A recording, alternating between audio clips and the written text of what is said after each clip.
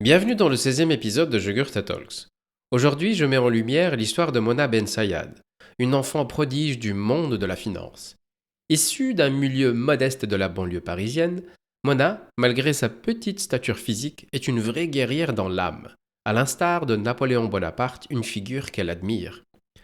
L'histoire de son enfance, marquée par les difficultés financières vécues par sa famille, va profondément prédestiner Mona à développer une force mentale et une détermination à toute épreuve. Un mental à l'aise avec les chiffres qu'elle mettra au service de la finance. Lors de notre discussion, elle revient sur ses débuts, où, comme une petite souris dans le monde impitoyable de la banque d'investissement, chez des géants comme Société Générale ou Edmond Rothschild, Mona s'est frayé un chemin vers le sommet, brisant les barrières, les préjugés et même les plafonds de verre. Mais le tournant le plus audacieux de sa vie reste sa décision d'aller s'installer au Maroc, la terre de ses parents. Elle y dirige aujourd'hui et l'INA Finance à seulement 33 ans. Ce choix de s'expatrier est loin d'être anodin. Il révèle son profond désir de trouver une certaine sérénité qu'elle avait perdue dans son pays natal, la France. Installez-vous confortablement et laissez-vous emporter par le récit de Mona, une histoire d'ambition, de persévérance et surtout de travail. Bonne écoute. Mona Ben Sayad, bienvenue à Jugurtha Talks. Merci. Comment ça va? Très bien. Et ça, toi? ça me fait plaisir de t'avoir à la maison, de t'accueillir. C'est plaisir partagé. Merci. Écoute, on va commencer directement. Est-ce que tu peux te présenter succinctement à l'auditoire? Oui. Donc, Mona Ben Sayad, franco-marocaine. Initialement, j'étais trader environ depuis 12 ans. Et là, récemment, je suis la directrice générale de l'INA, qui est une CGP Sharia Compliant française et qui a pour ambition de devenir la première banque islamique Sharia Compliant dédiée à l'investisseur. Où est-ce que tu es né? Où est-ce que tu as grandi? Alors, je suis née à Besançon, mais j'ai jamais vécu. En fait, c'est ma mère qui a accouché là-bas parce que c'était il y avait l'oncle et la tata de ma maman, de mon papa, qui vivaient sur place. Donc, c'était plus pratique. Mais sinon, j'ai grandi à un moment dans le 17e, près des Batignolles, puis à Clichy, puis à Malakoff et à Bagneux, dans le 92. Ok. Voilà. Et donc, ça ressemble à quoi, par exemple, à grandir à Bagneux? Alors, quand j'étais jeune, j'aimais pas trop. Mais avec du recul, je trouve que c'est trop bien. Pourquoi? En fait, il y a... En fait, à Bagneux, je sais pas, mais quand j'y suis, je me sens vraiment chez moi. Beaucoup plus que dans d'autres villes françaises. Parce que j'ai mes repères et j'ai des bons souvenirs. C'est le côté naïf, sans souci de l'enfance. Donc ça, c'est top. Mhm. Tu as des frères et sœurs ou tu es fille unique? Alors, j'ai une sœur qui est plus jeune que moi de 2 ans et qui est avocate d'affaires. Quel était le métier de tes parents? Alors, mon père, à la base, à un moment, il était ouvrier chez Renault et ensuite, il était commerçant. On avait une boucherie halal et une petite épicerie. Voilà, comme une grande partie des Maghrébins. Et ma mère, au départ, elle l'aidait dans les petits commerces. Et en fait, on a tout perdu un moment. Ouais, on s'est retrouvés avec Walou, Ah oui, comme on dit. Vas-y, développe. Comment ça s'est passé? En fait, il y a eu cette crise la vache folle aussi. Donc, boucherie halal vache folle, c'est un peu compliqué. On était mal situés. Et des histoires de famille aussi. Donc, un peu privé. J'ai pas trop envie de donner de Pas de détails. souci. Mais en gros, voilà, on a tout perdu. On était dans le négatif. On était même endettés, sachant qu'on n'avait plus rien. Et c'est là qu'on s'est retrouvés à Bagneux parce qu'il nous fallait un logement d'urgence. Et au début, ma mère était réticente parce que Bagneux n'avait pas bonne réputation. Mais on a dû s'y installer à contre-cœur.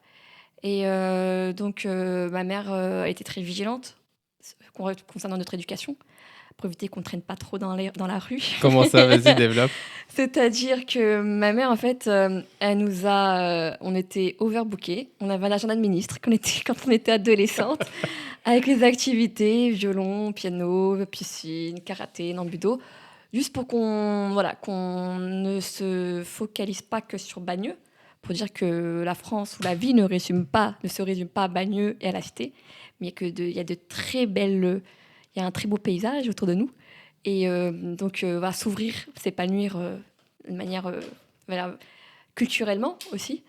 Et aussi ne pas avoir de temps pour dire à ma mère, je m'ennuie un peu, je vais sortir traîner avec les amis. Là, on n'avait pas le choix. On avait plein de devoirs, que ce soit avec le violon, le solfège, la chorale, les cours d'arabe. Et voilà, et j'en passe. Ok. Et tu crois que cette histoire avec, disons que le moment financier difficile de ta famille t'a un peu prédestiné pour Ça faire m'a de... forgé. Ça t'a mis sur les rails pour faire de la finance? Alors oui, ça m'a forgé et ça m'a donné en fait on va dire une volonté ou une énergie supplémentaire pour essayer d'aller de l'avant. C'est-à-dire qu'en fait, je voyais qu'on n'était pas bien du tout. On avait Walou, encore une fois. Et Ça se voit quand tu parles, ça t'émeut à fond. ouais, non, c'est quelque chose d'émouvant. Après, alhamdoulilah, c'est passé. Mais voilà, c'est quelque chose que j'ai en moi, j'ai grandi avec et ça me donne l'énergie pour aller de l'avant. Et alhamdoulilah, grâce à Dieu, notre vie s'est améliorée. On a du rasq, on a la baraka. Et voilà, donc quand j'étais petite, c'était un peu compliqué, c'était un peu difficile à vivre dans le moment présent, on va dire. Et j'imagine que c'était pire pour mes parents. Mais par la suite, quand on grandit, quand on grandit, c'est juste une force. Ça se transforme en une force. Et que je trouve nécessaire pour mon épanouissement parce qu'elle me permet de parfois, on va dire, prendre à la légère certains événements, puisqu'on a vécu des événements un peu plus durs. Et aussi apprécier la vie d'une meilleure façon. Mhm. Donc, de cette adolescente qui, qui a vécu à Bagneux, qui a eu un agenda de ministre, tu as à un certain moment fait la prépa, si je comprends bien, Saint-Louis, c'est ça? Exactement, Saint-Louis. Donc, est-ce que tu peux me parler de cette période où tu étais adolescente ou après tu as commencé à faire la prépa, tu es allé à la prépa. Qu'est-ce qui t'y a orienté? Est-ce que c'est ce côté finance qui a été implanté en toi avec ton histoire personnelle? Ou est-ce que tu peux décrire le lien entre l'adolescence et après tu vas à une école une école préparatoire qui est assez difficile et exigeante? En fait, moi, j'ai toujours été intéressée par les maths. J'ai une aisance particulière avec les chiffres. Même quand j'étais au collège, j'avais gagné un concours de mathématiques. À l'époque, le prix concours Kangourou, je ne sais pas si tu connais. Non. Donc, c'était un petit concours de mathématiques qu'on faisait en France. Et en gros, j'avais eu le meilleur résultat de la région, du département 92. Bravo, bravo. Voilà. Et donc, en fait, moi, j'ai toujours été attirée par la difficulté. Et quand on me dit que quelque chose, si on me dit que je ne peux pas atteindre cet objectif, et ben en fait, je suis motivée pour me donner à fond. Tu es entêtée. Un peu, on va dire ça comme ça. Voilà. Et donc, en fait, quand j'étais arrivée en terminale, je ne savais pas quoi faire. Et j'entendais parler que la prépa, c'était très difficile. La prépa, c'était pour un peu l'élite, etc. C'est ce qu'on disait à l'époque. Et donc, j'ai décidé de faire une prépa parce que même les profs à l'époque, je me rappelle ma prof de mathématiques, Madame Morel, à l'époque, elle m'avait dit pas besoin que tu t'inscrives, que tu mettes sur Parcoursup, l'équivalent de Parcoursup, tes vœux en disant que tu souhaites intégrer une prépa parisienne, parce que pour une fille de banlieue, ça va être compliqué de pouvoir rejoindre ce type de prépa, parce que la sélection est rude. Là, ça fait challenge dans ta tête. Challenge. Et donc voilà, je me suis donnée à 200%. J'ai eu alhamdoulilah un très bon dossier, parce que j'avais de très bonnes notes. Et j'ai été acceptée à Saint-Louis. Après, c'était compliqué, hein, faut pas se leurrer. Pourquoi? J'ai toujours été première de la classe, avec les stations, etc. Et quand je suis arrivée à Saint-Louis, premier examen, premier contrôle, j'ai eu 5 sur 20 en mathématiques. Donc c'est une belle claque. Et donc c'était compliqué parce qu'avec moi, j'avais des gens qui venaient du collège de Louis-le-Grand, Henri IV, qui, eux, avaient entamé déjà le programme de prépa, sachant que moi, je viens de banlieue et je n'avais même pas terminé le programme de terminale. Donc voilà, c'était un peu compliqué. Et je me rappelle, quand je suis arrivée en prépa, C'était les vacances de la Toussaint. Les vacances de la Toussaint et j'étais pas la dernière de la classe, mais j'étais pas bien classée, pour être honnête avec vous. Pas très bien classée et je suis allée voir la prof avant les vacances de la Toussaint, la prof de mathématiques et je lui ai dit: «Excusez-moi madame, mais est-ce que vous me donnez des bouquins pour bosser? Parce que j'aimerais, voilà, avancer parce que j'ai bien conscience que j'ai du retard et j'ai certaines lacunes». Et là, elle me dit: «Non mais pas besoin, je vais rien te donner parce que de toute façon, tu n'es pas faite pour la prépa et tu n'es pas faite pour une école d'ingé. Et de toute façon, même si, tu restes jusqu'à la fin de l'année, je te laisserai pas passer». Pourquoi ça? Parce que c'est Je ne sais bizarre. pas, elle s'est sortie ça comme ça et donc moi je suis rentrée, chez moi, j'ai pris le métro, en pleurs, j'ai appelé ma mère, elle m'a dit ça, gna gna gna, gna gna. Elle m'a dit: «Mais non, tu t'en fous, on va chercher les bouquins et tu vas bosser et tu t'en fous, bah, peut-être, bah, elle était pas dans c'était pas son jour aujourd'hui, tu ne sais pas, mais ne te fie pas à ça».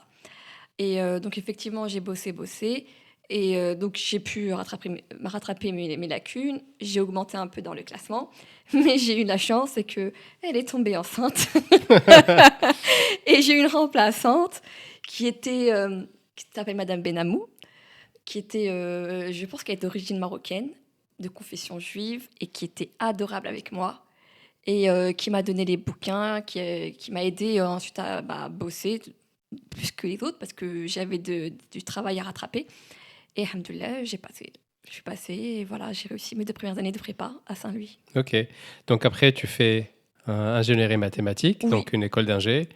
Et après, tu entames un cursus, un master à Paris-Dauphine. c'est ça. Comment t'es devenu l'idée de la finance? Parce que tu sais, la finance, je sais que ça il y avait, on va dire, une graine qui a été posée avec ton histoire personnelle. Mais aussi, la finance a parfois un peu, on va dire, une réputation vilaine ou des Mmh. personnes qui sont attirées par le gain. D'où, en fait, t'es venue cette direction innée en toi pour te dire, non, c'est la finance, je vais aller à ça. Parce que finalement, Oui, les mathématiques et les finances, c'est un c'est peu... très lié pour moi. Oui et non, mais parce Mmh. qu'on a mathématisé les finances, mais Mmh. finalement, au départ, les finances, c'était juste un moyen pour faire un échange économique. C'est juste Mmh. une analyse qu'on peut avoir. Mmh. Mais ça a été mathématisé. Mais parle-moi de ce moment où tu as eu cette épiphanie interne, où tu t'es dit, c'est ça, je veux faire de la finance. Alors effectivement, très jeune, je m'immisçais dans les finances de la famille. Ça, c'était quelque chose, qui fait partie de moi et même toujours, c'est moi qui, on va dire, qui gère un peu les finances, de mes parents et de moi-même aussi et j'aime bien faire ça parce que j'ai grandi dans ça, en fait. Ma mère m'a très rapidement laissé un peu le contrôle de ses finances et je gère bien. Je suis une bonne trésorière et donc en fait, au début, quand j'ai intégré la prépa, j'avais pas vraiment d'idée en tête, hein. Je savais pas ce que je voulais faire. J'étais juste que j'aimais les maths, mais j'aimais un peu tout. J'avais pas d'idée en tête. Je voulais même devenir pilote à un moment. Je voulais passer l'ENAC et donc mon père a refusé que je fasse l'ENAC parce il me disait que le métier de pilote, c'est pas top pour une fille, pour concilier la vie de famille et vie de pilote. Voilà. Donc je me suis pas inscrite au concours de l'ENAC pour devenir pilote.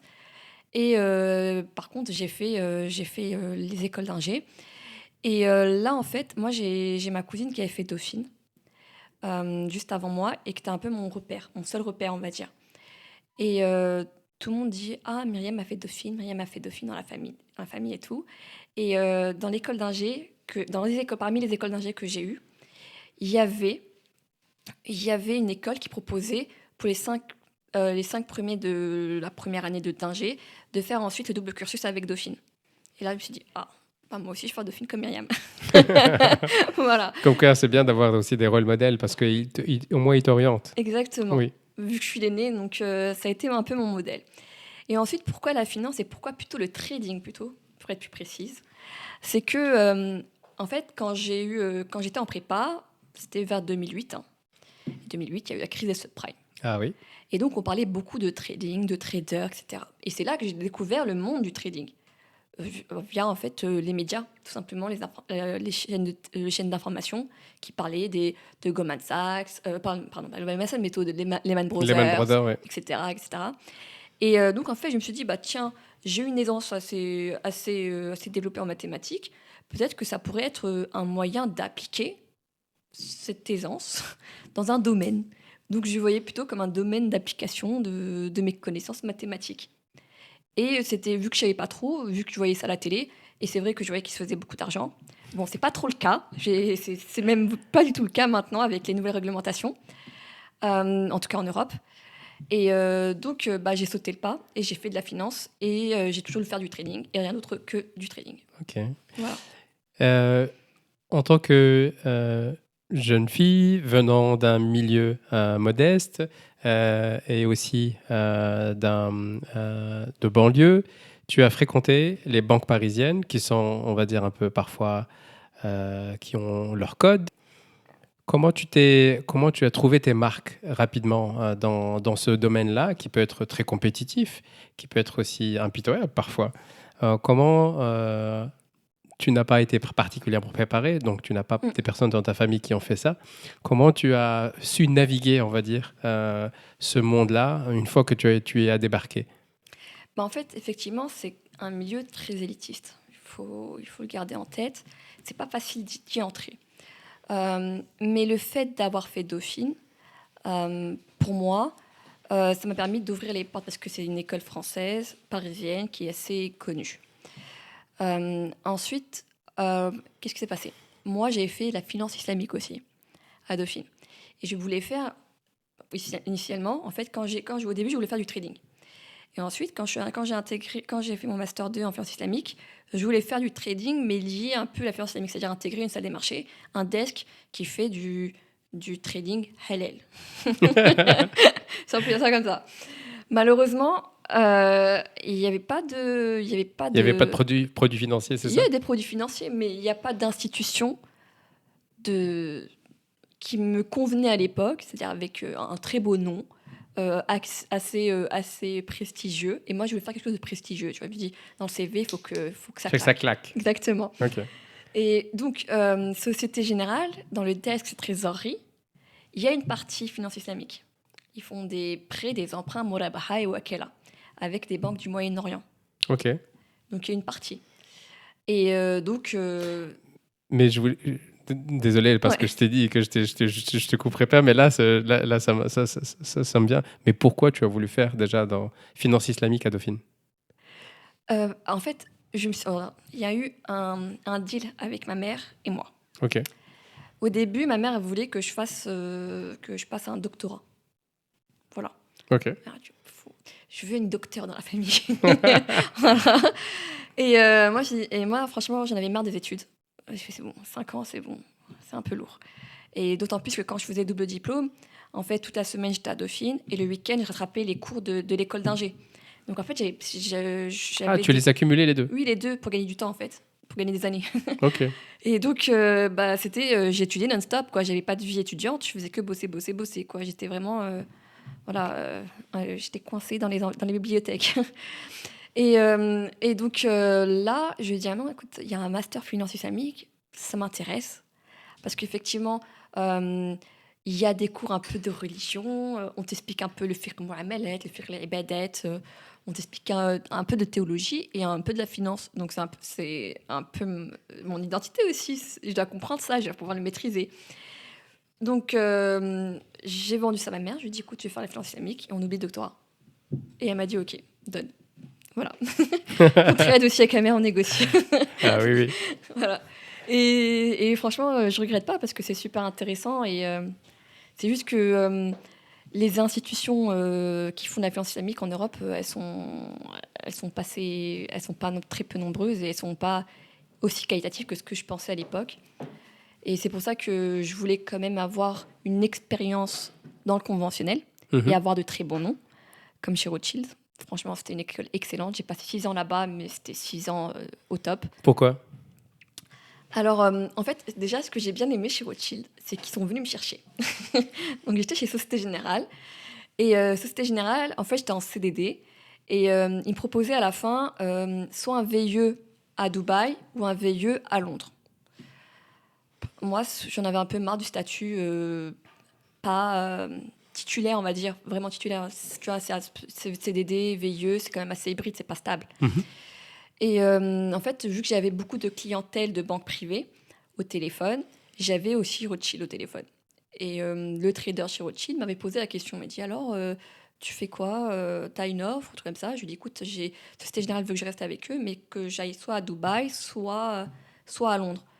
Moi, ça ne m'intéresse pas trop. Et il me dit bah écoute, nous, on pourrait avoir un poste pour toi si ça te dit de venir avec nous, nous rejoindre à Luxembourg. Je dis yallah. Et franchement, très belle école, très exigeante. Donc, il faut se tenir à carreau.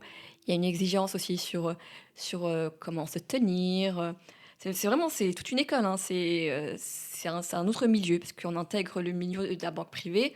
Donc, c'est une institution avec un nom qu'il faut respecter.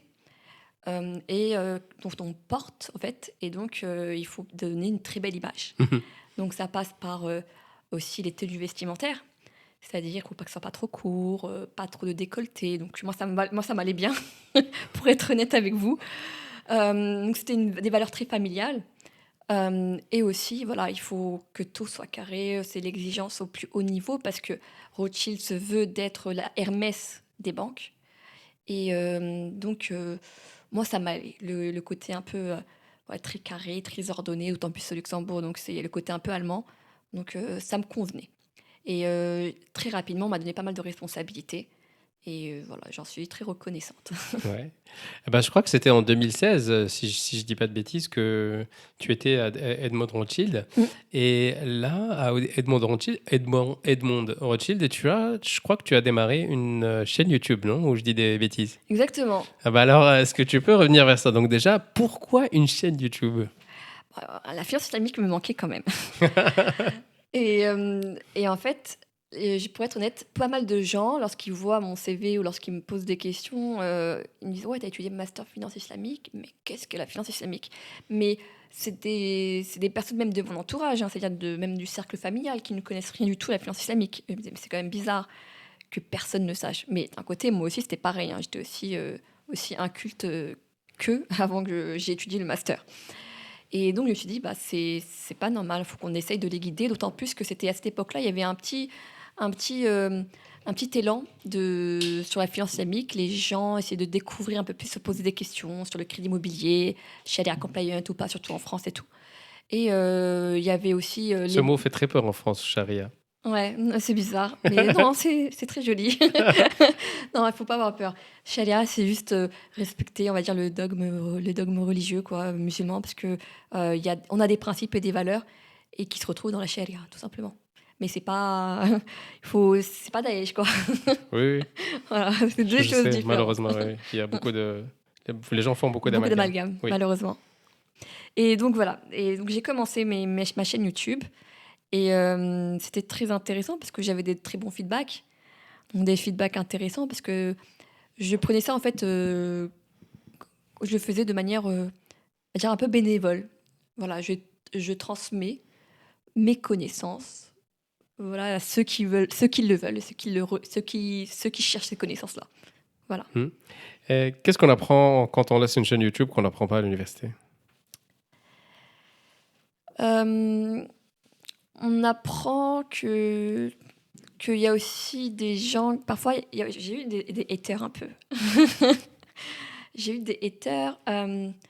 Et il y a aussi le fait que c'est pas évident. Tu vois, il y a la théorie, il y a la pratique. Et quand on fait une chaîne YouTube, il y a pas mal de personnes qui cherchent franchement la, les côtés pratiques, l'aspect pratique. Donc, qui me posent des questions très terre à terre. Ah, mais tu parles de prix immobilier, Morabaha. Pourquoi en France ça n'existe pas? Dis-moi, au Maroc, quelle est la meilleure banque? Ou en Tunisie, il y a la Baraka. Est-ce que c'est vraiment Sharia ou pas compliant? Moi, je ne suis pas interne à ces banques-là. Donc, je ne peux pas me permettre d'omettre un avis sur ça. Et, euh, et donc, on voit que, ce qui est normal, hein, ça coule de source, c'est que la théorie, c'est très bien. Mais dans la pratique, on a des questions plus terre à terre. Genre comparateur, qui est le moins cher. Mais moi, je suis pas un comparateur de taux, tu vois, ou de prêt. Donc voilà, parfois, c'est des questions qui sont un peu à l'ouest par rapport à ce que je veux transmettre. Ou sinon, on me dit quel est ton avis sur ça? Je n'ai aucun avis, je ne suis pas Lema. Je transmets une idée, je transmets une technicité, mais avec aucun avis derrière. Voilà. Ok.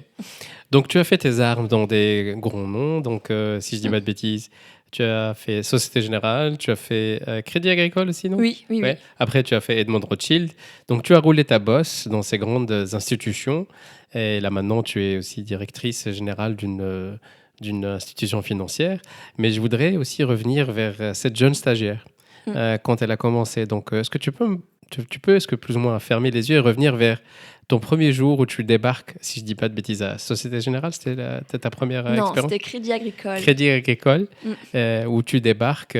Qu'est-ce que tu as gardé de cette jeune stagiaire qui a commencé maintenant que tu as du recul, tu as une dizaine d'années sous la ceinture? Qu'est-ce que tu as gardé de cette jeune stagiaire qui a débarqué le premier jour au Crédit Agricole? Bah, le premier jour, j'avoue, j'étais très impressionnée. Et j'étais une petite souris, en fait. Une petite souris, j'étais à l'écoute. En fait, j'étais éblouie par tout, quoi. Mais tu voyais les personnes, les filles en stiletto, le boutin, les sacs de marque. C'est un autre monde. C'est des Chanel, Dior, Louis Vuitton. C'est des choses que moi, je ne voyais pas, que ça se faisait. C'était pas dans mon environnement naturel. Donc, c'était quelque chose d'assez impressionnant. Ils habitaient tous à Paris, près de l'Opéra en général. J'ai Crédit Agricole, ils habitent tous près de l'Opéra. Pourquoi, je ne sais pas. C'est leur quartier Aubert, voilà. Mais maintenant, c'est plus Montrouge, mais à l'époque, c'était Aubert. Et donc, voilà, pour moi, c'était un peu Disney, quoi. Je voyais ça. Et qu'est-ce que tu as gardé de cette jeune stagiaire? Maintenant, avec 10 ans de recul, avec 10 ans, pas de recul, mais Ouais. de vue dans le futur. Bah, en fait, j'ai toujours cette niaque d'avancer et de bien faire les choses. Mhm. Au début, effectivement, je voulais très bien faire les choses, bien gérer mon stage, donner comment dire, une très bonne impression, etc. Et c'est ce que j'aimerais toujours pouvoir transmettre aussi aux gens, aux personnes qui me côtoient, voilà, avoir une bonne impression de moi et de bien faire les choses. Donc, notamment là avec Lina, c'est un nouveau challenge, c'est tout nouveau. Et en fait, le premier jour de mon stage chez Crédit Agricole, où c'était un nouvel environnement que je découvre et tout, bah là récemment avec Lina, c'était la même chose parce que par la suite, c'était du trading. Enfin, forcément, avec les années qui coulent, on maîtrise quand même. Il n'y a rien de nouveau, il n'y a que le produit qui change, le dette qui change, la banque qui change. Donc, tu as certaines policies qui changent, la policy, les limites, etc. Mais plus ou moins, c'est un métier qui est équivalent. Mais là, avec les nouvelles responsabilités que j'ai eues récemment, en tant que directrice générale, sachant que c'est quelque chose qui, qui est totalement différent du training, c'est-à-dire qu'on a une CGP, un cabinet de gestion de patrimoine chez la Compliant qui se veut et qui ambitionne, on travaille dur pour que ça devienne la première banque islamique chez la Compliant, on va dire, française de l'investisseur. Et bien là, il y a de nouveaux challenges. Donc, de nouveaux challenges, et c'est encore quelque chose que j'apprends. Il y a encore j'apprends des choses, de nouvelles choses, que ce n'était plus ou moins le cas avant parce que je maîtrisais, Mhm. voilà, j'ai fait le tour des choses. Et donc là, je découvre certaines choses et voilà, c'est toujours l'excitation du nouveau, en fait, de nouvelles Mhm. choses Mhm. que je retrouve en fait un peu grâce à cette nouvelle expérience. Ok, je vois. Donc ça, c'est les traits que tu as gardés quand tu étais jeune stagiaire. Et quel Mm. trait de caractère as-tu perdu de cette jeune stagiaire? Je stresse beaucoup moins. Quand j'étais plus jeune, j'étais une fille un peu stressée de la vie, pour être honnête. Et le métier fait qu'on relativise beaucoup les choses. On est plus calme. Mhm. Parce que si tu stresses, il y a du cafouillage et tu n'as pas l'esprit clair et tu peux commettre des erreurs. Donc, ce que j'ai appris, voilà, c'est de la maturité, forcément, avec l'âge. Et cet esprit un peu plus calme. Je suis plus posée, on va dire. Ok, je vois. Donc je crois qu'après un passage à la Banque Postale où tu y restes 3 ans, tu pars t'installer à Casablanca où Mm. tu travailles à la BNCE, capitale. Oui. Euh, Qu'est-ce qui t'a poussé à quitter ta terre natale, la France, Mm. et aller à Casablanca? le soleil, les bons tagines, les bons couscous. Non, en fait, non, il y a pas mal de choses, mais c'est aussi, ça fait aussi partie de ces critères. Alors, pour être honnête, je voulais quelque chose de nouveau et je me suis dit, c'est le moment ou jamais. Le Maroc est en plein mouvement. Il y a des changements, on va dire un bouleversement économique qui se fait, alhamdoulilah, dans le très bon sens du terme. On a un roi jeune et dynamique qui travaille avec une ferveur incroyable à Yahfto. Et ce qui fait que je voyais qu'il y avait pas mal de potentiel, de choses à faire, un peu moins en France. En France, tout est là, tout est bien installé, c'est un peu plus figé. Que là-bas, il y a encore pas mal d'opportunités. Mhm. Donc ça, c'est la première chose. Et la deuxième chose, c'est que je voulais aussi... j'en avais un peu marre de l'esprit ambiant que je considère islamophobe en France, surtout ces dernières années. Avant, ce n'était pas le cas. On vivait tranquillement, paisiblement. En tout cas, je ne sentais pas cette pression. Et là, ces dernières années, pour moi, c'est un too much.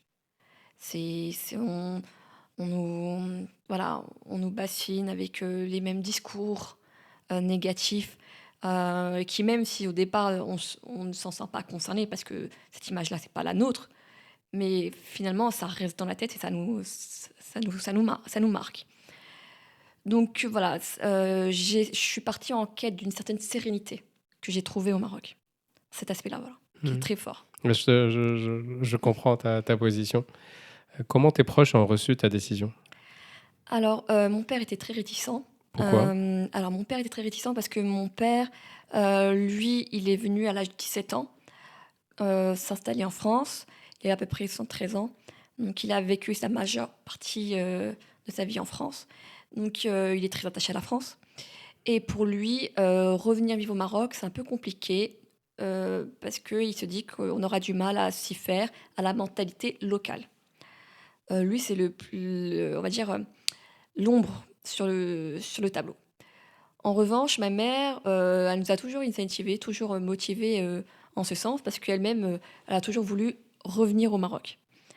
Donc, quand elle a vu que cette idée immergeait dans nos têtes, à ma sœur et moi, elle était très enthousiaste. Et elle nous a encouragés à le faire. Et donc là, pour l'instant, mon père, son discours un peu réfractaire s'atténue avec le temps. Parce qu'il voit qu'on s'intègre bien, qu'on s'y plaît, et voilà, qu'on retrouve une certaine sérénité qu'on avait perdue malheureusement ces dernières années en France. Mhm. Qu'est-ce qui te manque de la France que tu ne trouves pas au Maroc? Qu'est-ce qui me manque? Le bon fromage.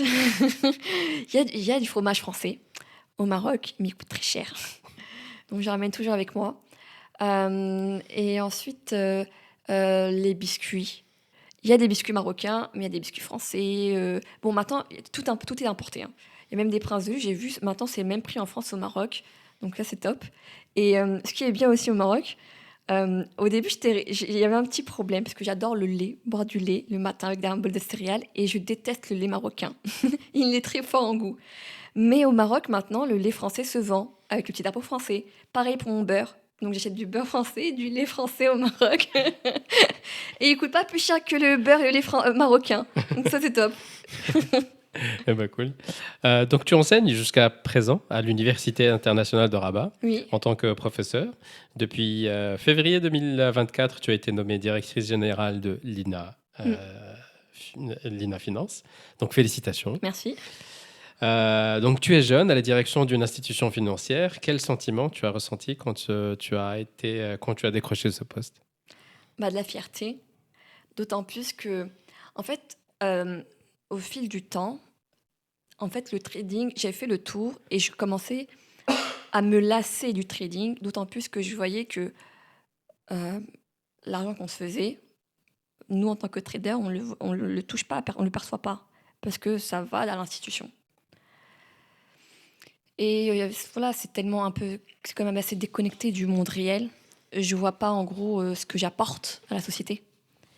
Et il y a une sorte de prise de conscience que j'ai eue, notamment après le Covid et tout. Je pense que tout le monde a eu cette réflexion un peu, de se ressourcer, revenir à quelque chose de plus terre à terre. On arrête de s'emballer pour rien. Et en fait, je me suis dit, voilà, j'aimerais entreprendre, faire quelque chose qui m'appartient, contribuer à la société, quelque chose dans lequel je serais fière, on va dire, parce que j'aurais fait quelque chose qui aurait aidé d'autres personnes et où je vois ce bénéfice. Et Lina, en fait, quand ils sont venus, en fait, ils avaient vu mes vidéos sur LinkedIn, sur YouTube. C'est là qu'ils m'ont contacté. Et ben comme quoi, parfois on fait des choses et on les oublie et ça Voilà, sert, tu vois. exactement. Et donc, on a échangé et tout. Et c'est vrai que par le passé, on m'avait déjà contacté pour faire de la finance islamique, pour travailler dans des institutions, mais il y avait des choses qui ne me plaisaient pas trop. Là, avec mes associés, Christophe et Jamel, j'ai vu qu'on avait les mêmes valeurs, les mêmes principes. On veut bien faire les choses. Mais attends, tu as dit Christophe, comment ça se fait que Christophe fonde une société Ah. qui est liée à une finance islamique? En fait, Christophe s'est converti à l'âge de 18 ans. Ok. Voilà. Donc, il est musulman. Et lui aussi, c'est un financier. Et je pense il est motivé par les mêmes intérêts que moi, les mêmes objectifs que moi. Comment? Qui sentent quoi? De bien faire les choses et contribuer à un besoin. On a un besoin, c'est que dans la communauté musulmane, on aimerait investir dans des choses qui nous respectent, qui nous ressemblent plus et qui nous respectent. En quoi c'est différent la finance islamique de la finance conventionnelle? Alors, il y a deux principes qui sont très importants. Le premier principe, c'est que la finance islamique, c'est une finance qui se veut éthique et qui se veut plus juste. C'est-à-dire que lorsque vous investissez dans la finance islamique, en général, le principe, c'est que vous investissez dans des projets qui sont propres, on va dire, qui ont un intérêt commun, un intérêt pour la société. C'est-à-dire qu'on ne va pas investir dans quelque chose, normalement, Monsantos, qui détruit les nappes phréatiques. Ben non, tu vois, c'est pas bon pour l'environnement, donc c'est pas bon. J'ai l'impression que l'environnement, la Terre, c'est une MNA, c'est que c'est sacré, c'est un don de Dieu, il faut en prendre conscience, il faut la protéger. Pareil, on ne va pas investir dans l'armement, tu vois, dans l'armement ou je ne sais quoi, quelque chose qui nuit à la société. Donc c'est une conscience de me poser son argent et de contribuer à une société plus juste et éthique. Ok. Donc c'est ce principe-là qui est très fort en finance islamique, mais aussi dans la finance chrétienne, en finance juive, ça existe, mais qui est pour moi très importante. Ensuite, il y a l'aspect un peu riba qu'il faut éviter. Riba, c'est l'intérêt. Donc, en finance islamique, on évite l'intérêt. On veut tout simplement que lorsque on investit, on devient actionnaire. On partage les pertes et les profits, le principe des 3 P. C'est-à-dire que si moi, j'investis dans quelque chose, en fait, je ne donne pas que mon argent et basta. Et après, je dis rends-moi avec un intérêt. Non, c'est que j'investis parce que je crois en ce projet. Et donc, je porte, en fait, avec toi, je partage avec toi le risque et les profits. Et donc, ça permet d'avoir un investissement plus... Comment dire? Avoir une conscience plus forte dans ce qu'on investit. Donc ça, je trouve ça plus intéressant. Ok. Voilà. Ok, je vois. Là, je vais te poser une série de questions que j'appelle la série. C'est une succession de questions où tu réponds d'une manière assez rapide et qui a pour objectif de comprendre un tout petit peu plus ta personnalité. D'accord. Ça te va? Très bien. Allez, on y va. D'après ton expérience et sans prétendre à donner des leçons, mais qu'est-ce qui empêche les gens de réaliser leurs rêves? La peur de prendre du risque. C'est la peur. Imagine qu'on te donne le droit d'afficher un message sur tous les transports en commun en France pendant 48 heures. Qu'est-ce que tu écrirais? Si c'est en France, je pense que ça va être un peu le leitmotiv de ce podcast. Ça va être non à l'islamophobie. Parce qu'on parle toujours d'antisémitisme. C'est pas bon. Je suis d'accord, c'est quelque chose à bannir. Mais on ne parle pas assez de l'islamophobie, qui est pour moi très persistante en France. Donc il y a un message fédérateur en ce sens. Pour dire qu'on est tous pareils, on est tous égaux, on est tous fraternels. Ne serait-ce que voilà, liberté, égalité, fraternité, mais qu'on le mette un peu plus en pratique parce que j'ai l'impression qu'on l'a perdu. Voilà, que c'est juste écrit sur les frontons des mairies et sans plus, malheureusement. Y a-t-il une personne en particulier qui a une influence très forte dans ta vie? Si oui, comment et pourquoi? Alors, déjà ma mère, c'est une personne remarquable. Pour moi, c'est un modèle. Elle m'a appris énormément de choses. Je m'en inspire tous les jours. Et ensuite, moi, je suis passionnée d'histoire française. Et j'adore Napoléon.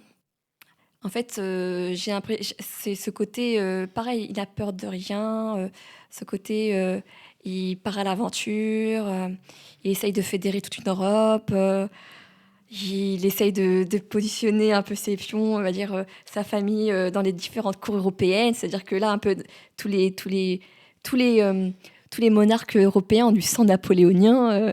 Donc, c'est magnifique. Je trouve ça pour un petit Corse, je trouve ça très beau. Voilà, Et donc, c'est qui? C'est Napoléon ou ta maman qui t'a influencé donc? les deux, on va dire. Ok, je vois. Donc, les personnes qui font bouger les lignes en France, des personnes comme toi, c'est-à-dire des Français d'origine nord-africaine, sont innombrables qui réussissent, mais pourtant ils sont invisibles dans le paysage médiatique français. Selon toi, qu'est-ce qui peut expliquer ce paradoxe? C'est pas vendeur, tout simplement. Faire peur aux gens, ça fait vendre. Donc les médias aiment faire peur, tout simplement, pour vendre. Dire que tout est beau, tout est beau, tout est gentil, voilà, c'est bateau, on va On dire. ne peut pas fédérer des gens derrière ça. Exactement. Non. Imagine posséder une fortune en milliards d'euros. Donc, toi, les enfants de tes enfants n'ont même pas besoin de travailler.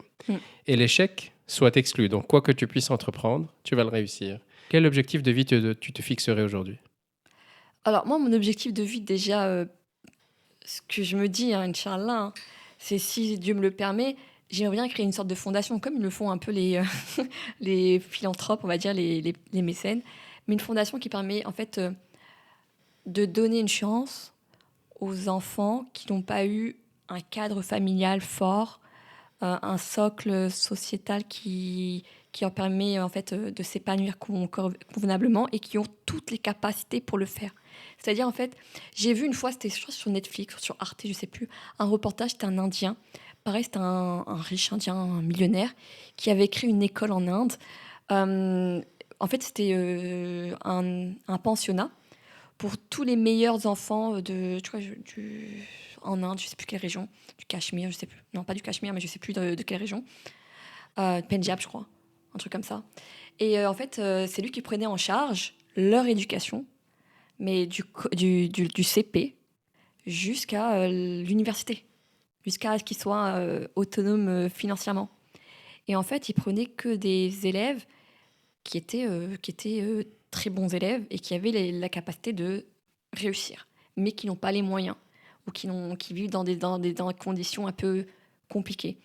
Moi, j'aimerais créer la même chose que lui, faire un copy-paste, peut-être en Afrique ou dans les pays nord-africains, parce que c'est là qu'on en a besoin un peu plus. Voilà, plus qu'en Europe, je veux dire. En Europe, on a quand même une certaine aisance, une certaine aide du gouvernement, de l'État, je veux dire, que dans d'autres pays, on n'a pas. Et c'est plus compliqué. Donc, pouvoir être un petit coup de pouce. Mhm. Mais écoute, c'est tout à ton honneur. J'espère que ça va se réaliser pour toi Inch'Allah. un jour. Comment définirais-tu le succès? Et est-ce que cette définition a changé pour toi au fil des années? Alors, pour moi, le succès, en fait, je me dis, voilà, être riche, super riche, comme un peu les gens du Middle East, on va dire, certaines personnes du Middle East qui sont très bling-bling, avec leur voiture, voilà, les marques, etc., très outranciers, on va dire. Pour moi, c'est pas la réussite, c'est pas le succès. Pour moi, le succès, ça va être un peu dans le style des premiers colons américains, les Hollandais, on va dire, qui étaient là, qui étaient protestants, et qui pour eux, en fait, la réussite, c'est de pouvoir investir et créer du travail.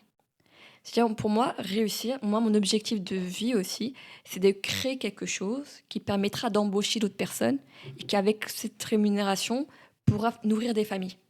Et pour moi, c'est ça la réussite. C'est pouvoir me dire que voilà, grâce à mon idée, grâce à mon labeur, et ben en fait, je peux aider d'autres personnes, d'autres familles à vivre aussi. Voilà. Et est-ce qu'il y a un livre en particulier que tu offres souvent à tes proches ou tu te surprends à y lire des passages fréquents ou il t'arrive tout simplement de relire? Et il y a un bouquin que ma mère m'a acheté, en plus il est très vieux. Elle me l'avait acheté, je crois que j'étais en CE1, donc pour vous dire, Les merveilles des rois de France, édition Olympe. Et j'adore le feuilleter. Et en Pourquoi? plus, j'adore. Moi, j'adore l'histoire des rois de France. Je trouve que ça. Après, je vais te dire un truc. En fait, de nature, j'adore l'histoire. À un moment, je voulais même être historienne quand j'étais plus jeune. Au collège, j'ai fait mon stage aux Archives nationales, Histoire de France, mon stage du troisième. Voilà. Et j'étais passionnée par l'histoire. Et en fait, je ne savais pas qu'au Maroc aussi, il y avait une histoire millénaire et très, très riche. Mhm. Et ce qui fait que, d'un côté, c'est normal parce que j'ai fait l'école française. Et donc, on nous a parlé des histoires de France. Et j'adore ça. On a un patrimoine magnifique. Franchement, c'est les châteaux qu'on a. Quand j'étais jeune, je voulais acheter un château à tout prix. Et Inch'Allah, peut-être que je vais en acheter un. Si celui-là fonctionne bien, on va dire. Mais le patrimoine français est magnifique. Il est très beau. L'histoire est très belle. Les rois de France, toutes les questions de succession, de bataille interne, c'est mieux que n'importe quelle série Netflix. C'est top. Et en fait, ce que je vois, c'est qu'avec le temps, j'ai pu aussi m'instruire avec les réseaux sociaux, avec YouTube, Wikipédia, de ça, que en fait, le Maroc aussi, c'est magnifique. Toutes les dynasties, les Idrissides, les Alaouis,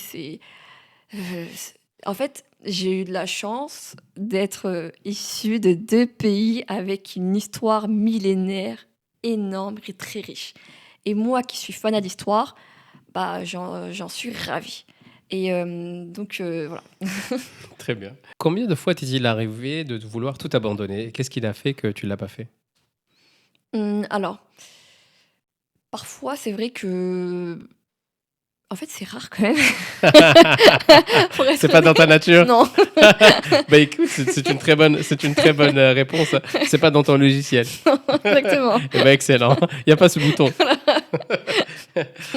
Quel est le point commun des personnes qui t'entourent, ton premier cercle?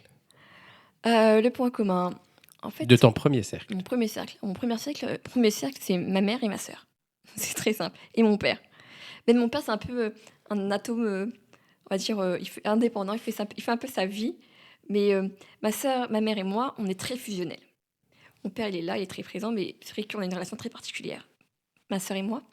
Et en fait, on philosophe beaucoup entre nous. C'est bizarre, mais ne serait-ce que sur les questions religieuses, parce que l'islam ne se limite pas à un dogme, mais aussi c'est une philosophie de vie.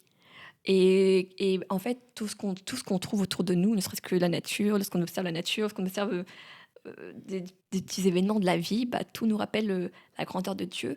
Et on philosophe souvent sur ça et on part dans des discussions, ça peut durer des heures. Et je trouve ça trop bien et on s'en lasse pas. Et donc, en fait, c'est ça qui nous permet aussi de relativiser, en fait.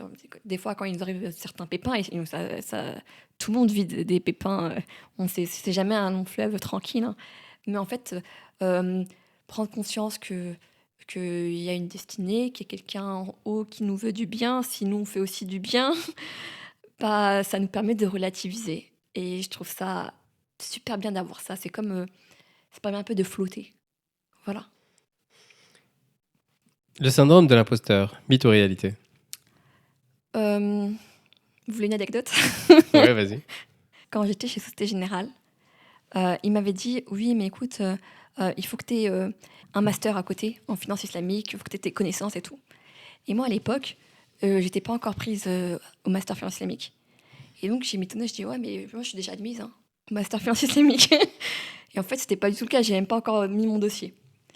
Et donc voilà, j'attendais la réponse. Et ensuite, ils avaient mis du temps. Et je pensais pas que j'allais être prise par Société Générale parce qu'ils m'avaient dit qu'en fait, il y avait qu'un seul CDD en salle des marchés. Et puis c'est mort, je l'aurais jamais ce CDD en salle des marchés. Sachant qu'ils aimeraient bien avoir cet aspect un peu finance islamique, Middle East. J'ai dit, moi, c'est fini, niente, il n'y a rien. Et à côté, j'ai postulé ma finance islamique parce que je voulais le faire. Et en fait, ils m'ont dit, ouais, mais écoute, nous, en fait, tu n'as pas assez d'expérience parce que c'est un master exécutif.